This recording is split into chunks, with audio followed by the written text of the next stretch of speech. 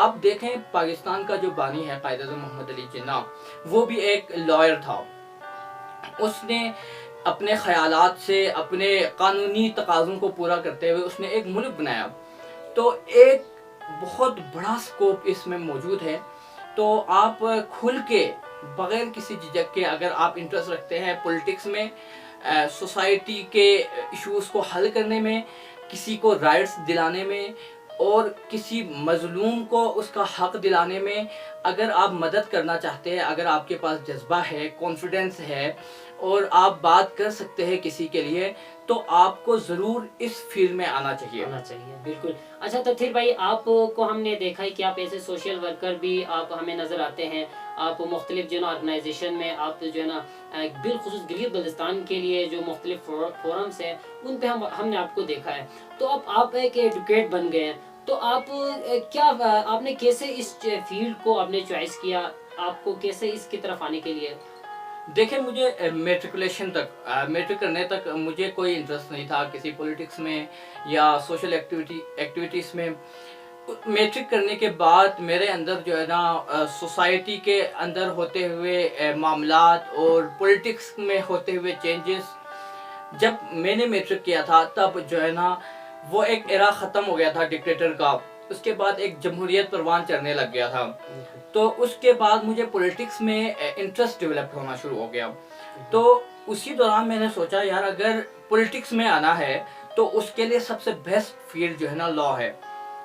اس کے بعد میں نے ایف ایس سی کرنے کے بعد پری میڈیکل میں نے کیا ایف ایس سی. اس کے بعد میں نے لا میں ایڈمیشن لے لیا، جہاں پہ لا میں ہمیں پڑھایا جاتا ہے، سوشالوجی بھی پڑھایا جاتا ہے، پولیٹیکل سائنس بھی پڑھایا جاتا ہے، اور لا کے باقی سبجیکٹس آپ کے کرمنل کے حوالے سے، سول کے حوالے سے ہر طرح کے سبجیکٹس پڑھائے جاتے ہیں.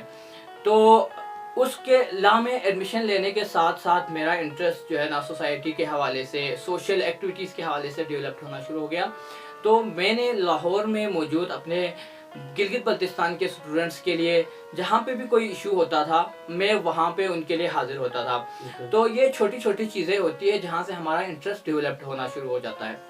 وہاں سے میں نے وہاں سے ان کے ساتھ ساتھ آگے چلتے چلتے جو ہے نا میرا انٹرسٹ ڈیولپ ہوتا گیا، اور اللہ کا فضل ہے بہت زیادہ عزت ملی، ہمارے اسٹوڈنٹس نے بھی عزت دی، اور آج اللہ کے فضل سے اس مقام پہ پہنچا ہوں. اور اللہ سے دعا کرتا ہوں کہ آئندہ بھی جو ہے نا اللہ ہمیں لوگوں کے جو خدمات کرنے کی توفیق عطا کرے.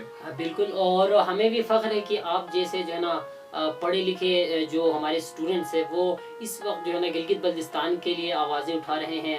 ان کے جو ہے نا جس جگہ پہ بھی ہو وہ حقوق کی بات کرتے ہیں، اور یقیناً یہ ایک جو ہے نا پڑھے لکھے جو ہے نا اسٹوڈنٹس کی نشانی ہے کہ وہ حق کے لیے بولتے ہیں، حق کے لیے آواز اٹھاتے ہیں. جہاں پہ ظلم ہو ان کے لیے وہ آواز جو ہے نا اٹھاتے ہیں. اچھا تطہیر بھائی، آپ نے یہ جو LLB کی ہے، تو آپ کو اس وقت جو آپ کے جو جونیئرس ہیں وہ آپ کو سن رہے ہیں، تو آپ ان تک آپ کا کوئی یا آپ کے جو اسٹوڈنٹ لائف میں کچھ ایسا گزرا ہے کہ آپ نے سوچا ہو کہ یہ چیز ایک اسٹوڈنٹس کے لیے ضروری ہے، کوئی پیغام دیں گے؟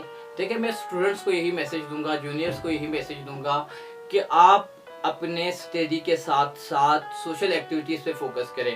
اگر آپ نے ایک اچھا لائر بننا ہے تو آپ بولنا سیکھیں. آپ بولنا تب سیکھیں گے جب آپ آرگنائزیشنز میں کام کریں گے.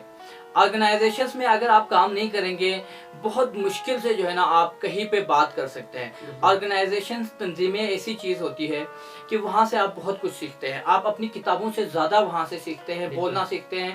ایک لائر، ایک اچھا وکیل جو ہے نا تب تک نہیں کمائے گا جب تک وہ بولے گا نہیں. بالکل. تطہیر بھائی نے اچھی بات کی کہ ہم دیکھتے ہیں کہ اکثر لوگ سمجھتے ہیں کہ ڈگری کمپلیٹ ہونے کے بعد سب کچھ اس کے سامنے ہوگا، جبکہ اس کے جو ہے نا اپوزٹ ہوتے ہیں. اگر کوئی بندہ کسی تنظیم میں یا کسی بھی آرگنائزیشن کے ساتھ، یا اگر کوئی جاب وغیرہ نہیں کرتا ہو، تو ایک دم ڈگری کے بعد تو کچھ نہیں ہوگا میرے خیال سے. جی بالکل، اس کو جاب بھی ضروری ہے. دیکھیں، آپ نے اپنا گزارا کرنا ہے، آپ نے گزر بسر کرنی ہے، آپ نے زندہ رہنا ہے، تو آپ کی ارننگ بھی ہونی چاہیے. لا کا فیلڈ جو ہے نا کچھ اس طرح ہے کہ آپ کے سٹارٹنگ میں آپ کی ارننگ نہیں ہوتی.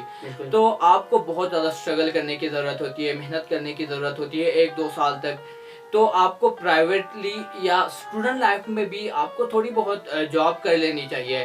آپ کو بیزی رہنا چاہیے. مطلب